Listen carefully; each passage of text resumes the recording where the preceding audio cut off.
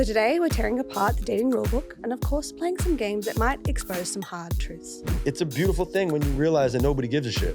Dating apps suck. Men are shit. The dating world in general is full of rejection and ghosting and all these kind of things. They're automatically placing themselves in a place where they go, okay, well, this is just going to be a horrible experience. It's instant. And that's the way that dating used to be, is you walk by somebody on the street and you catch eyes with them and it's instant excitement where your life could change dramatically. Whereas dating apps, it's so drawn out that you lose the organicness. Yeah. Everything I see on TikTok is pretty divisive. And like something divisive would be like, Welcome back to another episode of First Rounds and Me of First Rounds and Media Production. We have the one and only Benny Hart joining us today, the man behind the Zero Mindset, a no BS guide to deprogramming. I have a frog in my throat today. To deprogramming outdated social rules, dropping the excuses, and actually getting what you want, whether that's in business, life, or love. So today we're tearing apart the dating rulebook, talking about why people are failing at modern romance, learning why being intentional in love is just as important as business, and of course, playing some games that might expose some hard truths. Benny, welcome to the show. what an introduction. Well, thank you very much for having me. I'm very honored to be here. I really appreciate you guys inviting me. I really appreciate you coming out on a Sunday morning where it's fucking freezing out there. It got cold today. Yesterday was fine. All of a sudden it hit you smack in the People face. kept telling me about this like fake spring or this like surprise spring situation. And I was just completely disillusioned to the entire idea. Well, I told you March is the worst month because you start to get a few days that are nice, you get excited, and then you'll have a day like this and it's like, it's March. It's rude. give That's or what it take. is. That's fair. That's very fair. I always say that like everybody, like the build up to holidays in New York is fantastic. And then once like January 6th hits, you're like, or 7th or whatever. It's such a specific date. I don't know, because my friend's birthday is there. I was like, just thought of it. But like, and once that hits and everything just like goes down for the next 2 months, nobody gives a I fuck. completely agree. Like We really moved here at the mid-Jan wrong time. to beginning of March, it's like, just speed up the time. Let's Total. get through it. Oh, terrible. We'll get there. All right, I want to start with the zero mindset because upon doing research, not only were you and Joe kind of just talking about how you have like, there's a lot of synergy in kind of the entrepreneurial spirit, but, and correct me if I'm wrong, it's all about deprogramming traditional social rules and embracing the ultimate starting point, whether that's zero finances, zero connections, zero access, or zero experience. And then obviously, us being a dating podcast, I wanted to kind of like have that applicable to the dating realm in general. So I think to begin with, I think it's really interesting. How did you come up with the zero mindset and what motivated you to write a book like it? Yeah, I think I was probably going through my own point of zero at the moment. And when I wrote the book, there's points that I was referencing, there's points of zeros in people's lives. And a lot of people think of zero, they go to like resources and stuff like that. But my points of zeros in that, when I relate it to the book, is essentially like, listen, you go through a breakup, you enter the workforce. These are reset buttons, like recalibration points in people's lives. And I found that happening a lot, right? So when I first started talking about the zero mindset, it did come from a place of like starting a business style from zero. And then as I started to talk at colleges and universities and like someone like, like Pace or Hunter or Manhattan College where I went, I started to realize it wasn't like a lack of information that people had about a given topic, about like starting something fresh or doing something new. Really, it was never that. And I always considered it that. I was like, oh, well, here's, kind of look step by step. It was just like kind of stupid. And then after I realized that people have their own preconceived notions about what risk assessment is, about their ideas of failure, about what their friends are going to think, or what they think of themselves, their own personal identity struggles. These things were much more important than like telling somebody a good rubric on how to like do something. It was more of like their internal struggle and battle. And all those things, while they can't be wiped, right? You can't wipe out your experiences, but there's parts where you have to kind of redefine what those things really are. Like, you say, I'm afraid because I'm, of whatever idea of failure somebody has, or so define the failure, and it was really kind of breaking down some of like the fears that people have internally that are preventing them from taking one step in this way or one step that way.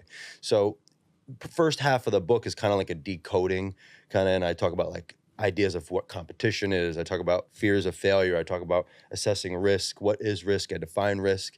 Kind of like more or less like first principles way of thinking about kind of like what are the bottom truths here as opposed to your ideas of what the reality is.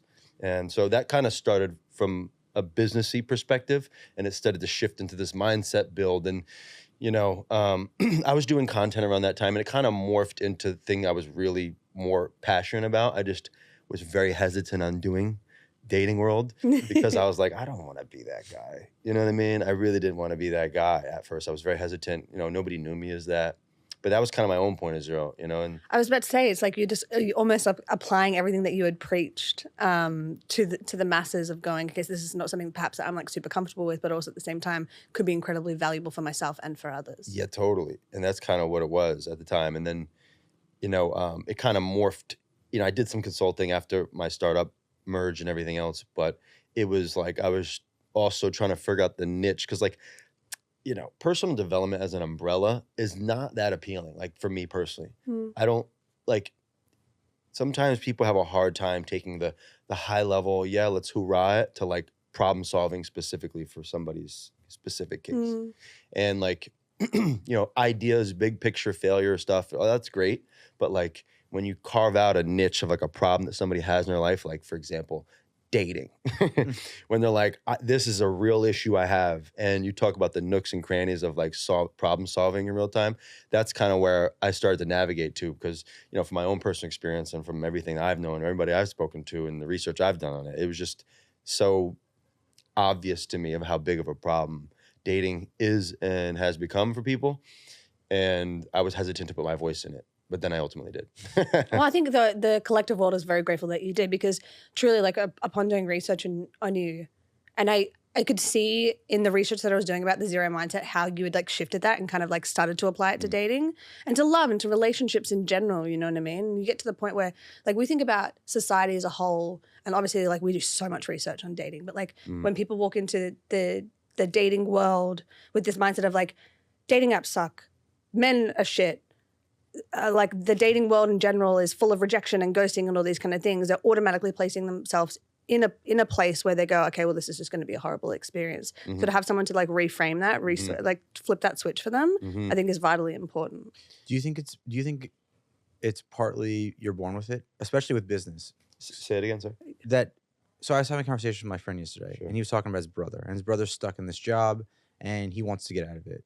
And to people who are entrepreneurial and risk takers, it's like, quit your job, and if you have a plan of, you know, taking 2 weeks of being at zero, knowing that the potential future is going to be so high, you know, do that. But when someone's like, well, I can't risk having no job for 2 weeks and I need to stay in this little box because that's what's comfortable, do you think that that's partly could be taught, or it's like you just have a certain mindset that's... No, I personally think, I don't think it's like a genetic predisposition or anything, like personally.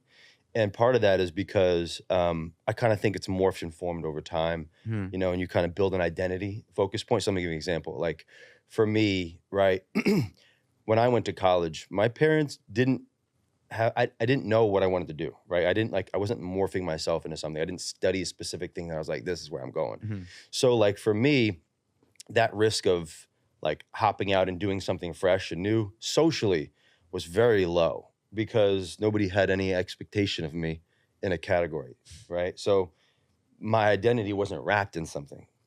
And the contrary to that, my co-founder, Eric, who's been in finance his whole life, who was very good at what he did. His girlfriend knew him as finance. His parents knew him as finance. He knew he wanted to be in a hedge fund. All these things are kind of, you know, you build yourself into a box of identity. And that identity is really hard to break. So arguably, he took a bigger risk than I did, even though he took the same risk. But socially, people kind of like, whoa, what are you doing? And he to himself is like, what am I doing? You know what I mean? So like you've kind of morphed yourself into a place where that's a bigger risk from from his perspective, because of all the social obligation that he was put under to be on track A. Now he's going to track D. Yeah. And everyone's like, whoa. So like I think that plays a big role, right? Like obviously like society and their perception of us is kind of, it affects us. But whereas somebody who doesn't have an identity, I don't think they see it the same way. It's kind of like throw paint on the wall, nobody cares. But like some dude who has not done that, it takes it, or some girl or some dude, it just takes them at a different place. Yeah, and it's interesting that, you know, when you tie it into dating, the same expectation of, you know, say you're in a Jewish family or an Italian family, and they expect you to get married at 25 or to be in a real relationship. It's hard with that pressure and that expectation of, okay, if I'm going to go on a first date, all eyes are on me, and everybody's going to ask how did it go? Why did it go bad? Why did it go well? What's happening next? And I think, talking about you and content earlier, where it's like you have to shed it all where you don't care what people think.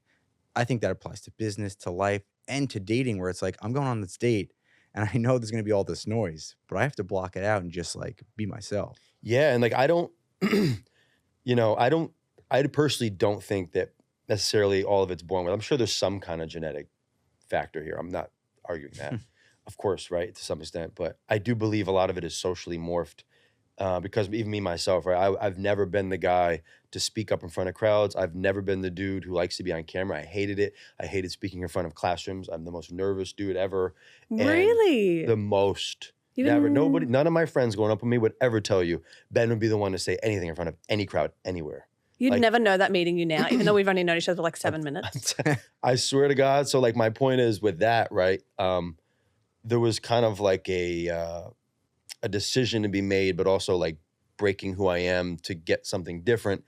And that, for the first 25, 20, 26, 27 years of my life, I would never want to do that. And there came a point where, whether it was lack of confidence, whether it was just the understanding of my personal strengths in the context of talking with new people. And I lack confidence in that. So then when I started my own podcast in 2018, which I don't have anymore, but that broke the seal for me because I was able to sit down with people who I kind of, you can call it aspired or was inspired by.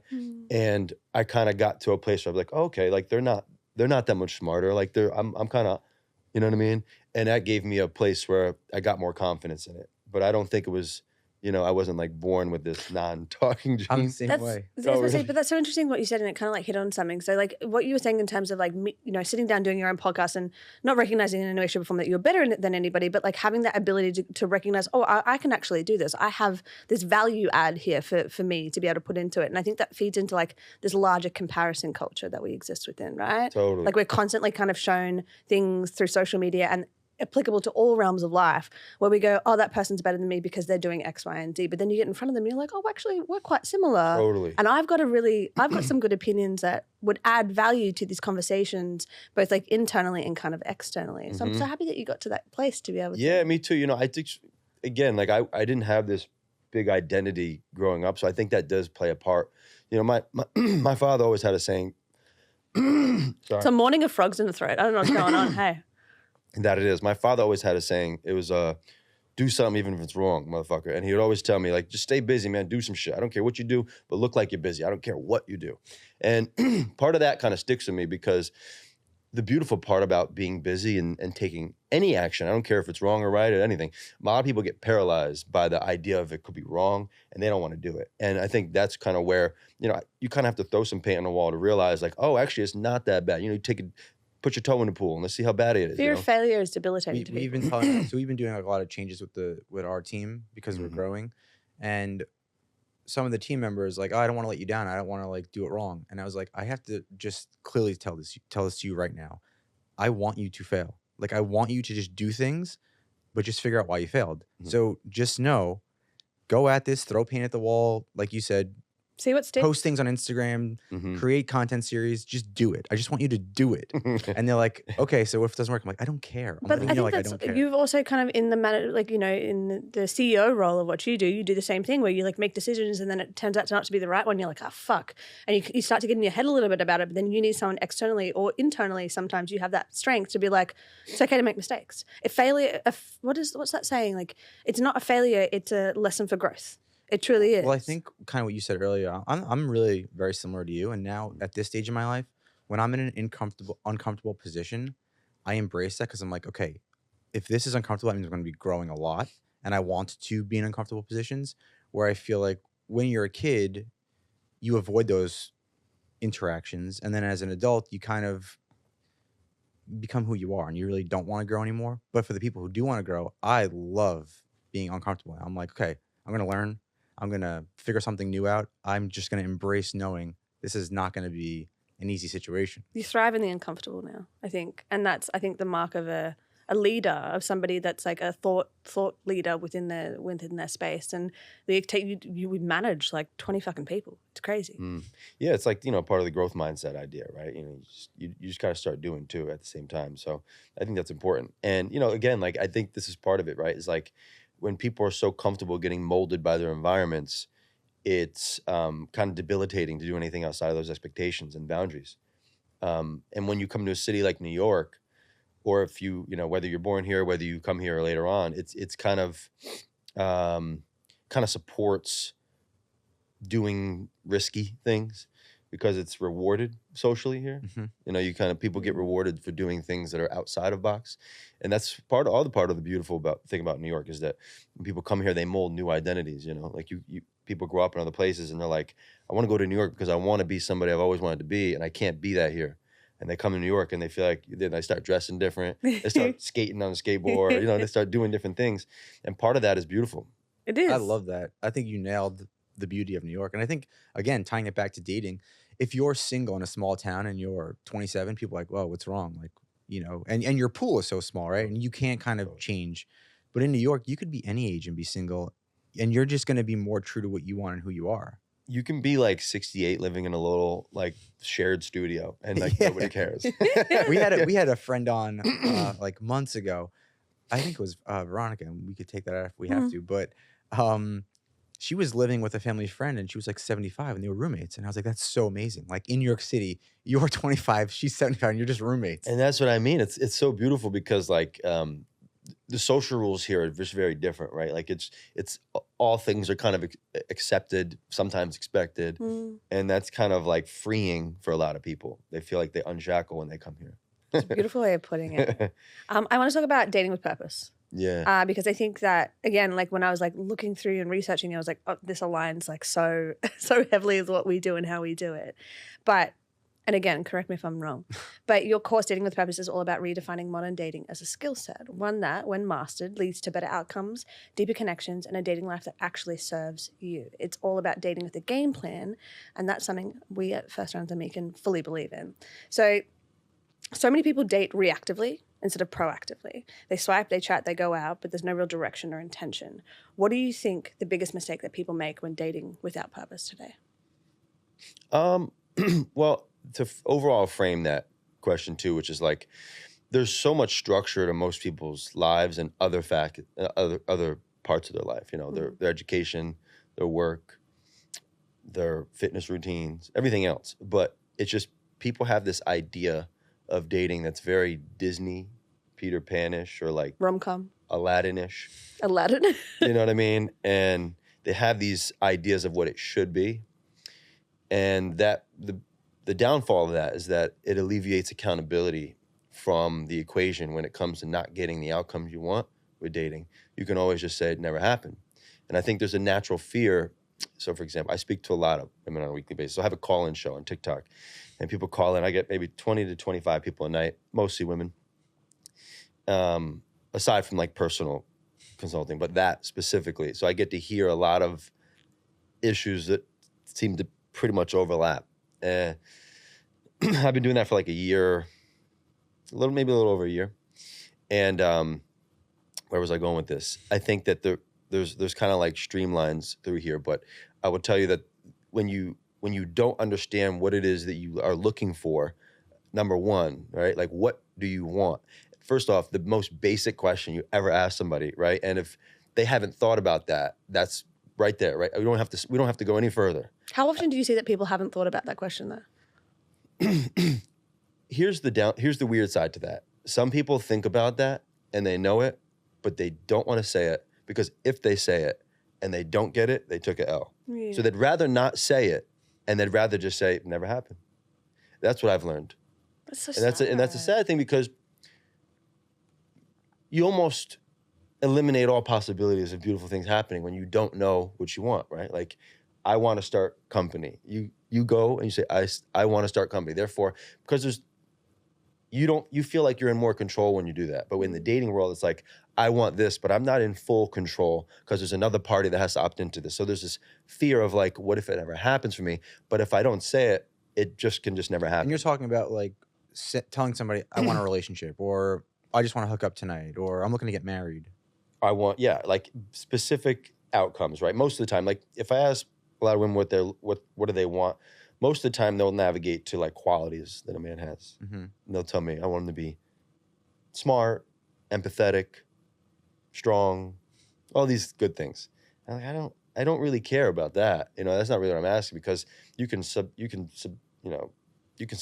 quantify all those things as much as you want, but I want to know, what is it you're looking for as an outcome for your life, regardless of who's in front of you, right? Because the problem that I think a lot of women do is they don't want to voice that, because they'll say, well, when the right one comes.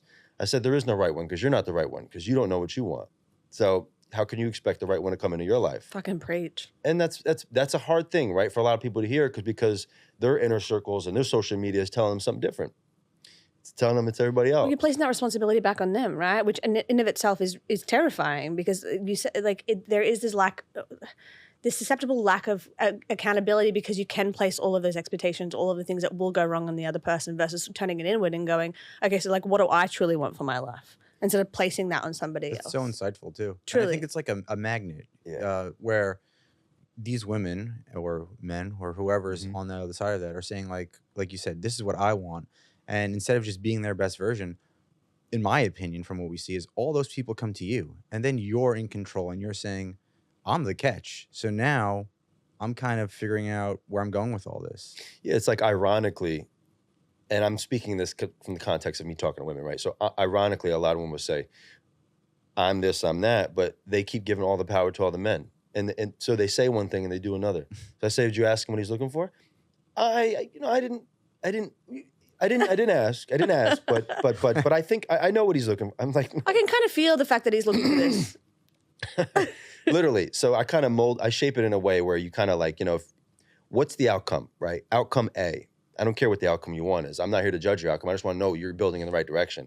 You can run as fast as you want west. You'll never catch the sunrise. It's like, you really need to figure out what that is. Mm-hmm. And once you've identified that, you say, okay, I want to, let's just say, for example, classic statement I always hear, I want to get married.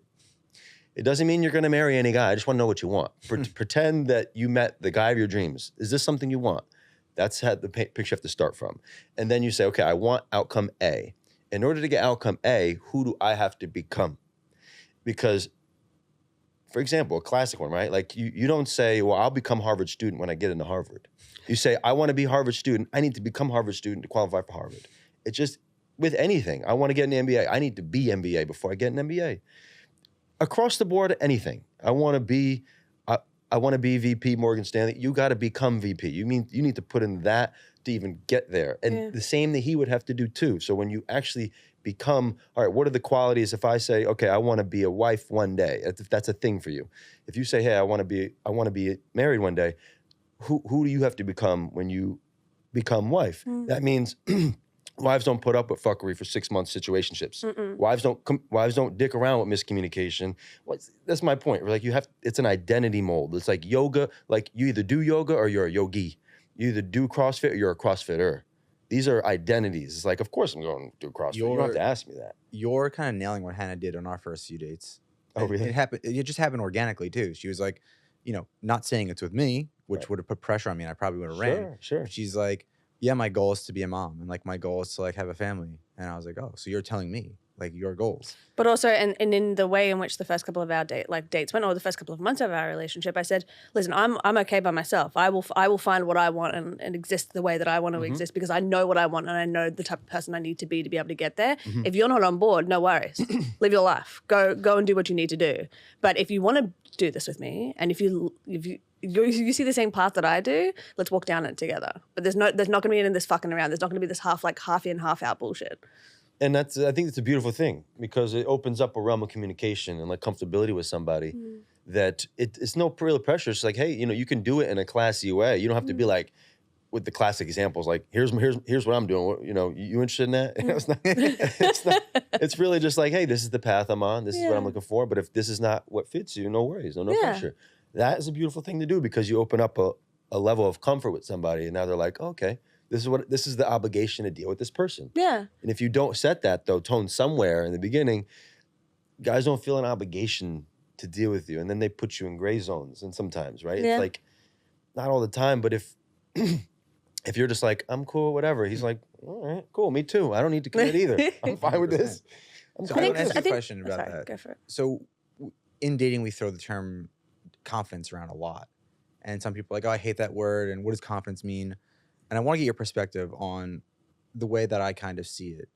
So to me, when a woman tells me I want to have kids and I want to be married one day, that's confidence, because you're confident in your decision making and your thought process. Self-assuredness. And it's not like you walk into a room and you have a nice dress on and you're like, I'm so pretty. Like, no, that's not confidence to me. Confidence is you know what you want and you're telling me what we're talking about. Like, But to your point, Ben, I think it comes in a soft package. It doesn't have to be this like hard, like shoving it down someone's throat, being like, you're fucking in or you're fucking out. You know what I mean? Like this is like, Right. it's just more so like I respect myself and I have the boundaries of myself enough to understand that like, this is what I want in life. And if you don't want to participate, no worries, babe, live your life. But you want to come into here, these are the boundaries of which I set. 100%. Right. And I agree with everything you just said too. Like confidence is like saying what you mean, you know, in some capacity.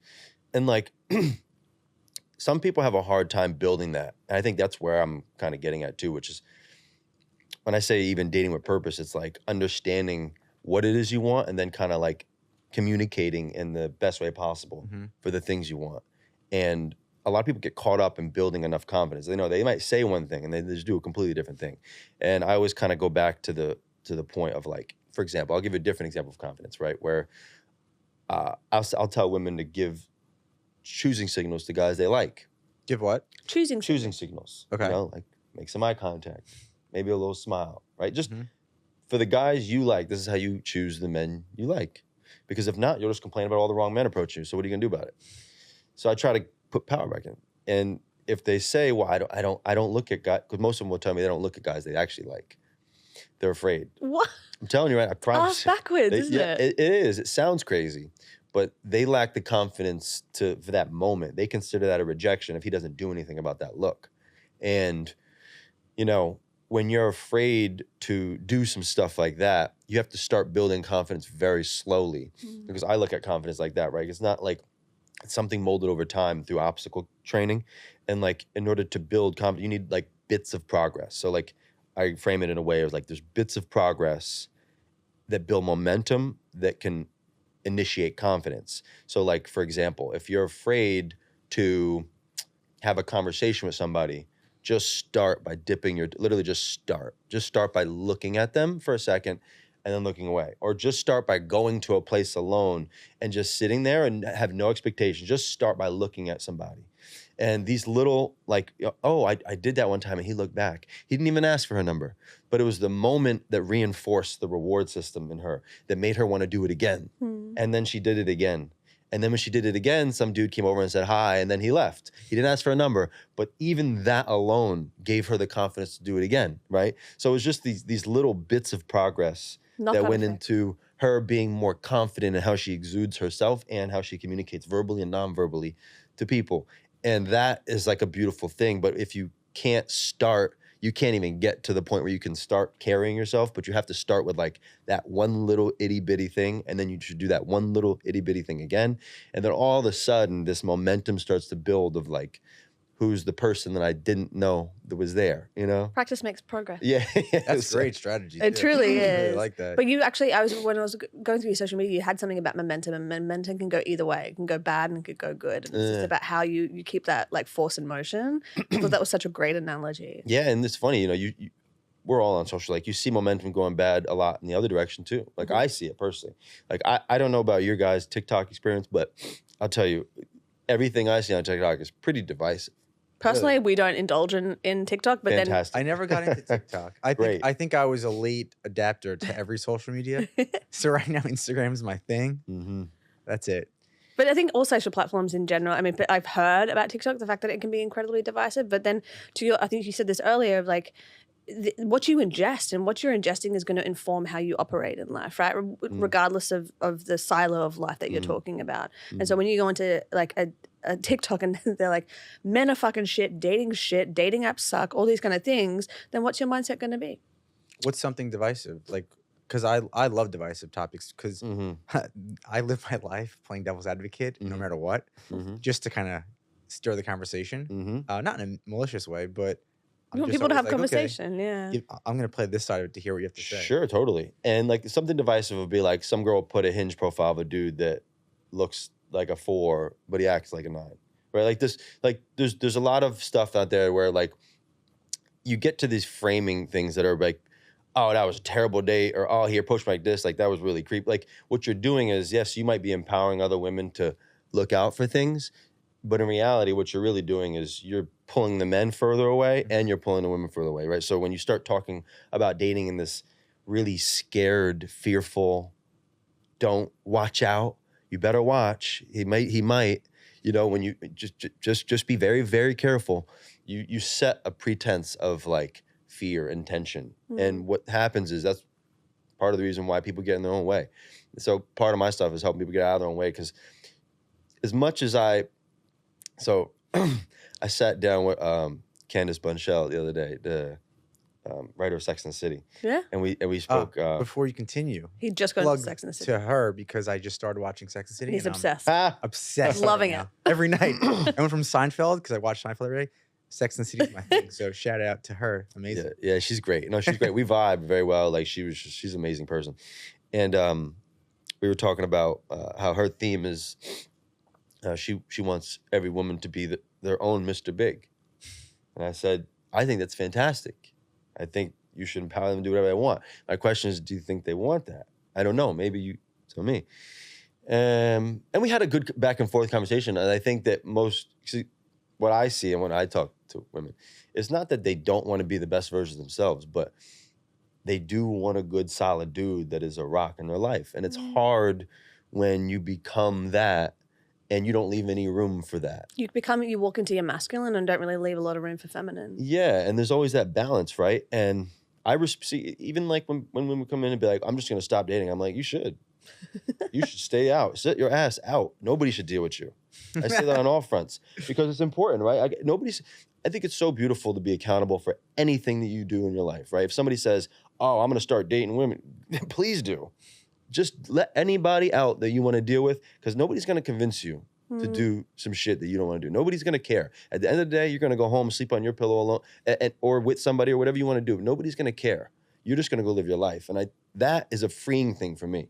Like if somebody said, go ahead, jump off the bridge, man. I don't care. I'm like, do I really want to jump off that bridge? It's a beautiful thing when you realize that nobody gives a shit about you. Oh, that is the key. Right? Yeah. I think that we all think that everybody cares about our lives.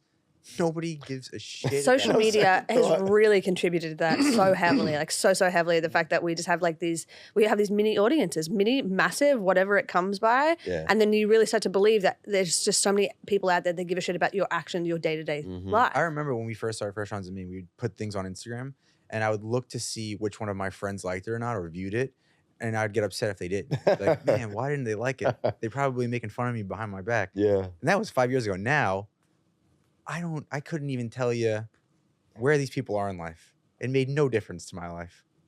And it didn't, and that's also another freeing thing, right? When you actually stop caring as much as you did. And I think people are naturally going to care, right? But when you care a little bit less than you did before, that's the only thing that got me to want to do the dating stuff, because I was like, do I really want to do this to people that know me, like on Instagram? Do I really want to put this stuff out? Because it felt weird at the time.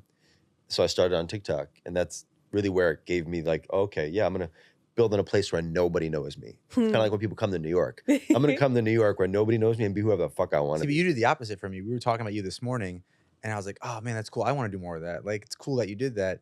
And our team wants me to start doing founders vlogging or whatever it is. So this week I've been practicing and, taking videos of myself. And then it's like, you're pretty good at that. And I was like, oh, I'm actually like, yeah, you just don't give a shit. I'm like, yeah, I mean, if it works, great. If not, like, they told me to do it. Right. I think that what you said earlier is, and it kind of ties back the entire conversation, is like you're taking the accountability of other people and putting it on yourself, right? So it's like more so like, do I care about what other people think, or is it more so do I care about what I think and how I'm presenting myself to this world? And if I like what's going out there, who gives a fuck what everybody else thinks? Totally. It's like Rick Rubin's thing. You never create for the audience. You got, you ever heard his stuff, Rick Rubin? Yeah. No, I have to... Yeah, he's basically one of the kind of the gurus of music producing world. Okay. But and he looks like a guru. He looks like a fucking guru. But the beautiful thing is that you never create for the audience. And the moment you start creating for the audience, you start to tend to lose because his argument just in general is that people don't know what they want. And when you give them what they want, it's not authentic to you. And you need to be authentic to you. And sometimes that comes in the spur of the moment. Like he's been creating with bands like the Red Hot Chili Peppers, Jay-Z, like all these. And sometimes things come from the subconscious about this is my art. And I'm creating it for me and the people that resonate with me. I'm not doing it because I think you're going to like it. I have a great question here for you about that specifically. So we're ingesting all dating information from let's say single people who are doing their own dating journey, right? So people we have on this podcast, most of them are single influencers who talk about dating, someone like yourself. I asked them, I'm like, okay, if you're in a relationship, does that take away from your product and your content? Are you doing that? Are you being single just for your audience, just to get views and to like build your brand? Because your brand is being a singles person on Instagram. Yeah, right. I think you just said something very poignant there of, are you being single for your audience, or are you actually trying to find a relationship? Are you telling your audience, hey, if a guy does this, run away. When you go on a date, do these things. I think in a way you might be feeding into, let me just have the audience pay more attention to my single life. I see it all the time. I agree with you. I see it all the time. I see when people like use the single thing as like a selling point, right? Because it's very relatable for a lot of people that are in that space.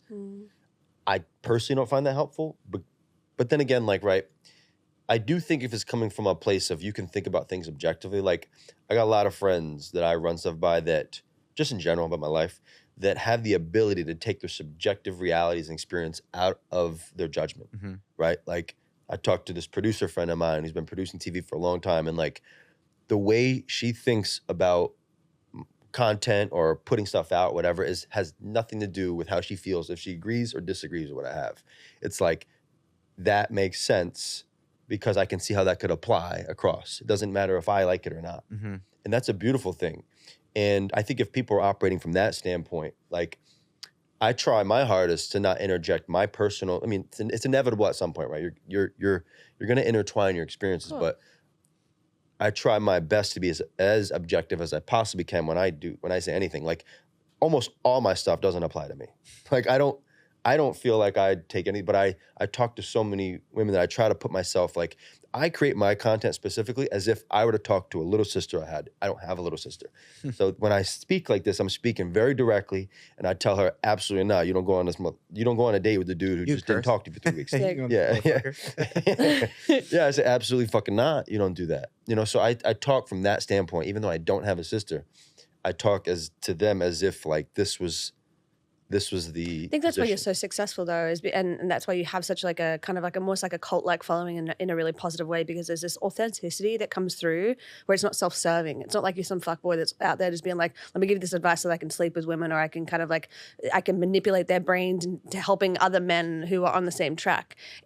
It's solely for the purpose of you literally have people calling in every Friday or whatever it is, every week on these TikTok lives going, I have these issues. And then you have to flip that on its head and go, how do I actually help? How do I speak to these people who are clearly asking for help? I also think that you give people, women in particular, a lot of hope, because I think we do throw the term fuckboy around a lot, and there are a lot of them out there in both genders. I mean, young people are having fun.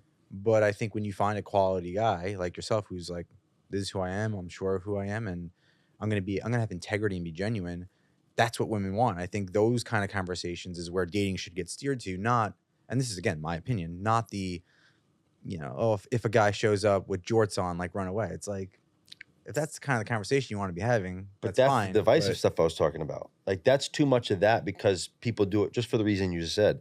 People do stuff like that because you start getting, this is the world of TikTok specifically. Like there's a world of content that's so anti the opposite that it gets so much attention and following and clout. And there's like groupthink there that they all support it. And then in their real life, it's like very difficult for them to jump outside that box. Like you just hit it on the head to the T. It's like there's so much of that. And I do think maybe some differentiator for me is that I think it does help that I'm a guy talking to women. Yeah. You know, like whereas if I was a woman, maybe resonate differently. Yeah. But there are women on the other side who I think the same way. We've partnered with, you know, a bunch of different women who talk about dating, and some of them are just so good and so spot on because they're coming from a genuine standpoint. Yeah. And then others, there's the virality factor, and you got to make money, you got to have a business, and I get Yeah, it. But and I take a look at both sides, right? So if you hear somebody always going on one side of the conversation, I already know, like you're full of shit. Like if you can't see this thing objectively, that's how you gain trust, right? If you're like, if I sat up here and I was just like, yeah, men are, there's nothing wrong, everybody would be like, this guy's full of shit. Yeah. But the minute I'm like, yeah, there's some dweebs out there that do not know how to start a conversation. They have no idea how to approach a girl. They have no clue how to make her feel comfortable. They always insert themselves in the way. They're trying to use their productivity to get her attention. They're always trying to do things. Yes, there's a lot of that. I haven't heard the word dweeb in a long time. I know. I'm not gonna lie, but I'm loving it. I was doing an interview like a couple of years ago, and someone said if a guy is not into you right away, like run. And they asked me that, and they were like, "Is that true?" I was like, "That's so not true because it happened to me." Right. And we had like a patchy beginning, and it seemed like I wasn't into her. Just like No, it didn't. It seemed like you were into me. You were just. But I was just okay. So let's say like I wasn't committing. Sure. And because you were the girl was the audience was like, okay, if a guy doesn't commit, like run, because he's never going to commit. And I was like, well, that's not true, because I couldn't fully commit to her because I was scared of the commitment. It had nothing to do with her. And then once I kind of matured and knew that this was it, I went back in. Well, and they were like, oh wow, that's a different opinion. And I was like, yeah. So don't think that just because a guy is not committing right away, that's it. But it's also an open conversation, because it's like when you were scared, I was like, I know exactly what this is. He's terrified. And so I'm going to sit down and have a conversation, open, honest conversation, and a calm conversation at that, not like an accusatory one, being like, hey, do you really not want to be in a relationship, or are you just scared of commitment? Are you scared of being in a relationship because of all of what you think you lose? Yeah. Yeah. That's a beautiful thing too, right? Because like content is general, right? It's general. It's generally speaking, especially all my content. It doesn't get specific enough, but I always say that, everybody has baggage, right? Everybody has things, that the reasons they do things, but you don't have to understand those reasons they have that. It's up to you, right? Maybe there's somebody that entered your life where you're like, I actually would like to understand because I do like them. Yeah. On the surface level, generally speaking, yes, everybody has stuff that you don't need to understand, and you get to choose whether you want to put in more time, but just be okay with if it doesn't work out. I don't want to hear it later. You know what I mean? Like, just be okay. It's like, I have no problem if somebody says to me, oh, this guy, 5-6 months, he's not doing that. Okay, I was like, yeah, if you like him, but I don't want to hear it later being like, he fucked me over. Be okay with the outcome. Be okay with saying, yeah, you know what? I learned. I put the time in, but it was worth it, even if I did take an L. Because I learned something along the way. Every story is just, like you said, so different, so unique, and there's not one size fits all. And getting back to Mr. Big got engaged. He got married. And then what happened? He came back to Carrie. Yeah, but they did it in an untoward way. Okay, we have so many things to talk about, but also at the same time, I really want to fit a game in here because I like the games. And it also ties very heavily into your content, right? Cool, yeah. So we have this game around here called How Well Do You Know Yourself? And it's basically where I go to the depths of your social media and I pull on the things that you've said, you've done, and I want you to answer. Hannah does a great job with this, and we stole it from Hot Ones. Sean Evans just does so well, great. it's just like an amalgamation of the entire Hot Ones, because they just do such, it's like that and Nardwar. Like they just do such a good job at like deep diving into people's lives. I'm going to say what Hannah hates to say. I hate when you say that. One person got them all right. One person. Got them all right. Out of all the times that we've done this 50 times. for years.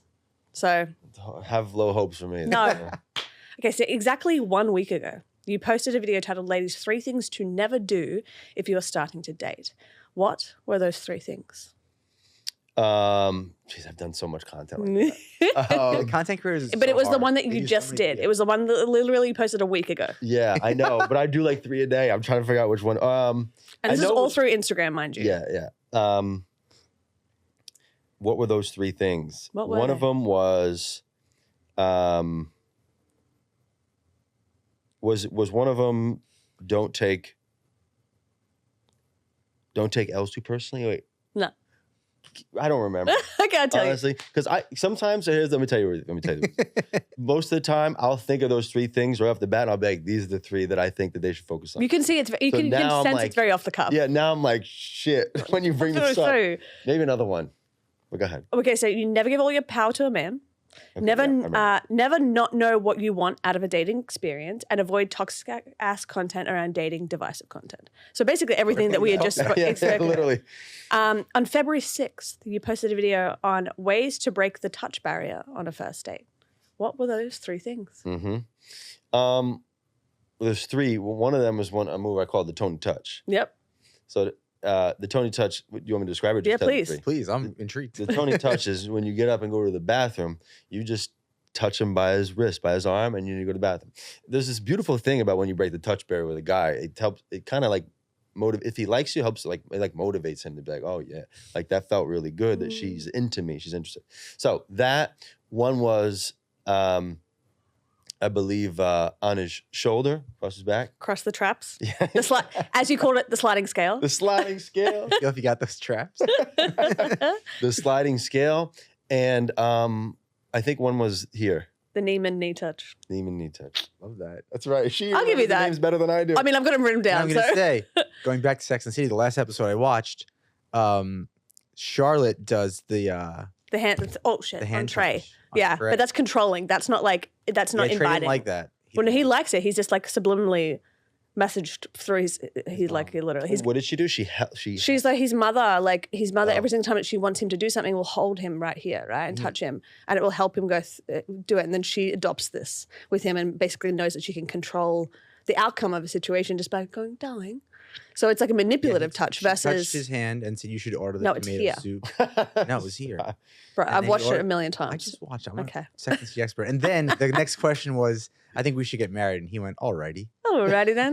So it's a manipulative way versus like That is. an introductory way, right? Yes. Yeah. On February 2nd, you posted a video titled 3 Things to Do on a First Date for the One You Actually Like. What were those 3 things, Benny? 3 things to do. Can you say that one more time? 3 things to do on Of the first course. date?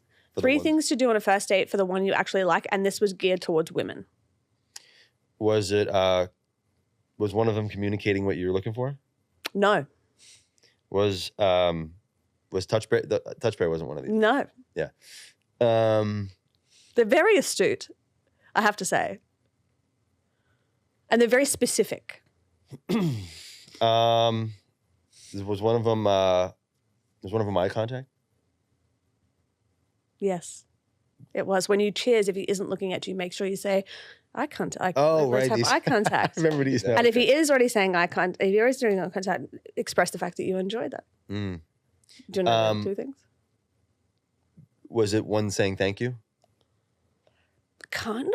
being grateful, gratitude? What- Well, at the end of the day, you tell him straight up, I had a lovely evening. Oh, right, I look right. forward to you Yes. asking me out again. Yes. Oh, I love that. That's very powerful. That's what it is. And that's exactly what he said. I love that. And I think the guy version that I used to tell people is, you know how you're always in your head about when to follow up after a date if you want to see somebody again? I think, especially in New York City, you just say, hey, I hope you got home okay. And if they don't respond, it's like, ooh. Yeah. But if they say anything, like, Yeah. thank you, it's like, okay, cool. Yeah. You got an in? got it. Sure. What was the other one?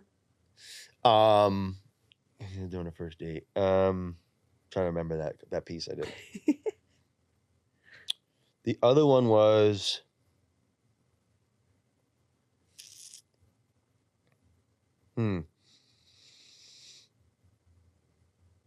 No, your time's up. fuck. Don't be on your phone when he goes to the bathroom. It shows your presence. So by the time he gets That's back, such an obvious one. Why didn't I say that?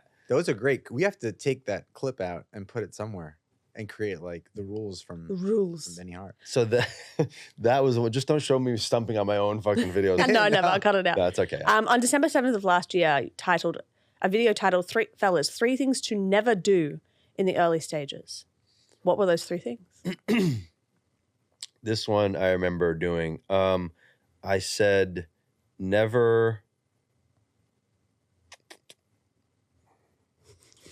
Wow, I'm drawing so many blanks. Because you do so much content. Yeah. Just all right, because I do very few for the fellas. This one was never.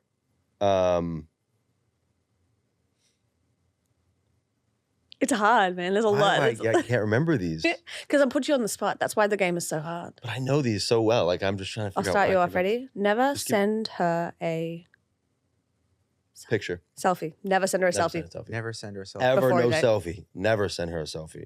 That's just going to group chat ASAP. Yep. 1,000%. Never do that. I really don't remember what the fuck I said. These 2 are incredible, and then we're going to play off of this. So don't ask a woman out and then ask her to split the bill 50-50. If you ask her out, you pay for the bill.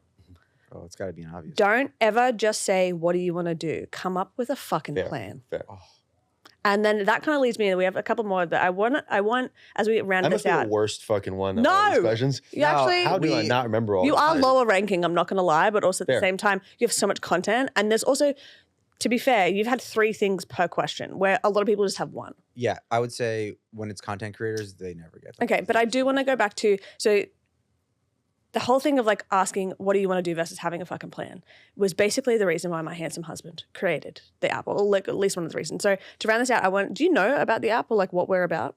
Like Not the really, differentiators? not the app, no. So I want you to explain like the premise of the app, and then I want to kind of get your opinion on it. Okay, so the reason why I created Fresh Rounds of Me is because I lived in New York and I would use dating apps, and the whole experience was just shitty to me. So I started serial dating and getting women's feedback on why they hated dating apps. He was telling them, by the way, it wasn't just like random. Yeah, I was being very upfront. And if it worked, I would obviously go on a second date with him and like see where it went. So I said, what's your biggest pet peeve with a dating app? And she was like, guys don't know how to pick a plan. And even if they do want to go out with you, they don't know where to start. And I was like, what do you mean? And she said, obviously you can tell when a guy's just fucking around.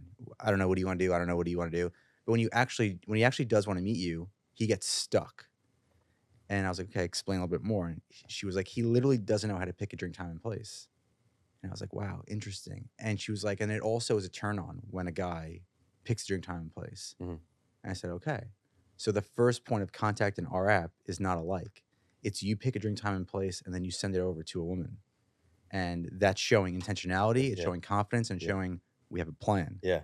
So that was the first thing. And then the other thing was, I was so bad at communicating on dating apps, as most people are, especially when you have likes. Mm-hmm. You're having 10 conversations at once.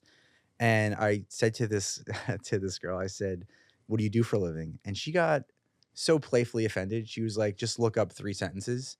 And I looked up 3 sentences and I asked her the same question yesterday because, I didn't know who I was talking to. And she's like, you probably said this to 3 other girls today, right? And I was like, yes. And I was like, wow, a chat function in a dating app has to be so small so that a first date could be organic. So I was like, we have to only allow people 24 hours to chat so they feel comfortable, and then leave the rest of it up to in person so that you don't get into this monotony of like, what do you do? Because I asked you that already. Totally. So that was the second thing. And then the third thing was having 1 date per day, like 1 confirmed physical date per day, because you should put all your time and energy into one person that day. And I think what we do on dating apps is, you have 10 connections a day. And as human beings, that's so illogical. And I think it devalues the person on the other side. So those were the 3 differentiators. And as someone who's you have this entire thing of dating with purpose, and you coach women particularly through all these things. How does a dating app like that differentiate to perhaps the others, and what's your like overall thought process, honest thought process? Yeah, of course. I think they navigate more to the others because of optionality. But at the same time, as we all know, right, that's paralyzing. And while the dude you might have 15 really interesting candidates, she's got like 150. But now she is trying to navigate the 150. So the price to pay on both sides is that you're right. It's not that he might not be interested because he doesn't ask you out. He just is trying to figure out, well, who do I want to allocate my money and my time to this weekend? And now I have 10. So I'm trying to figure out, number one, who am I interested, but who's showing interest back? Mm-hmm. Because, a lot of women don't, let's put it this way. A lot of women wouldn't be dating if they had to pay for the dates. They would just go dry. And that's okay.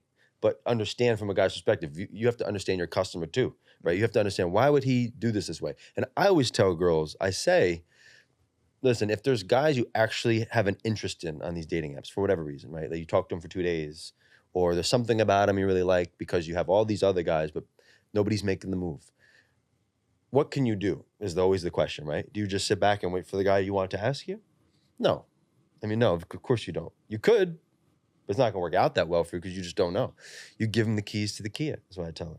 Keys to the Kia. Give him the keys to the Kia. If you like the dude, a big distinguishing factor that you will do that maybe a lot of other people won't do is you say, here's my number if you want to take me out this weekend.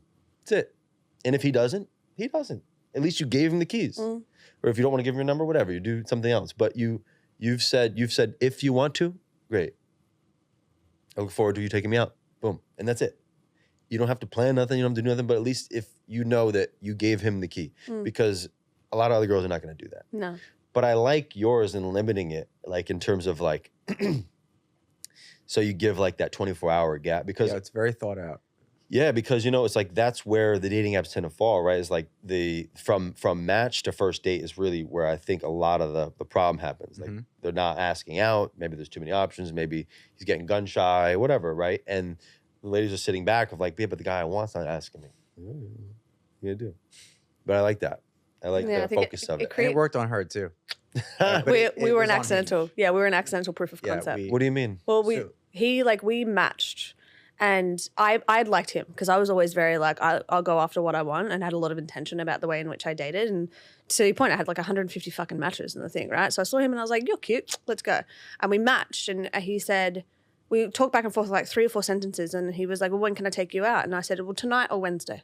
Well, before that, I was using Hinge while I was building First Rounds on Me.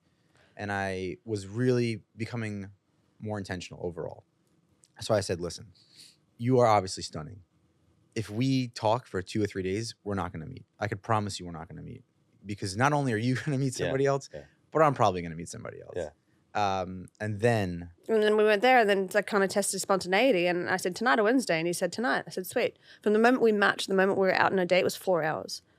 And I had vetted him in some way, shape, or form of like, he wasn't complete fucking weirdo. We were going out in public. I knew that there was like the safety level for a woman was kind of taken care of, right? And then it was just like, I was like, I got all these butterflies. I was like, oh my God, I don't know what this person is going to be like. And it was the excitement of the mystery. And then we sat down and we talked for like 5 fucking hours straight. We talked about everything in life. Was the first date great? Amazing. Greatest first date. 5 hours. The waiter 10 times like, you guys have to order, and we just kept talking. But I guess why it was great is it's instant, and that's the way that dating used to be. Is you walk by somebody on the street and you catch eyes with them, and it's instant excitement where your life could change dramatically. Whereas dating apps, it's so drawn out that you lose the organicness, and it's a really, really terrible start. And that's the difficult part, right? I'm most of my content is about like real life interactions and like sending cues and getting around. I have this thing called PES, proximity, eye contact, smile, the basics. And so most of my stuff is around real world. I don't do a lot of content on dating apps. I'd find that to be a difficult thing to create content around because as much strategy as you want to have to dating apps, it just is what it is. That's why there shouldn't be strategies to dating apps. There should be like, someone's asking you out on a date and you're going on a date through it, using it as a technological tool, or you're not. There's 2 ways. Oh, I hate the fact that this hour's gone by so quickly. I know. We could literally sit here and talk and I already see a part 2. Alice. We have to do a part 2 of just being an entrepreneur. Truly and utterly. But Benny, we always like to, we know where to find you, but can you let our audience know where to find you? Yeah, for sure. Benny Inc. on TikTok or Instagram. And my website is bennyhartinc.com. I love that little onboarding video for Dating with Purpose. It's great. I loved it. We have so many things to pull.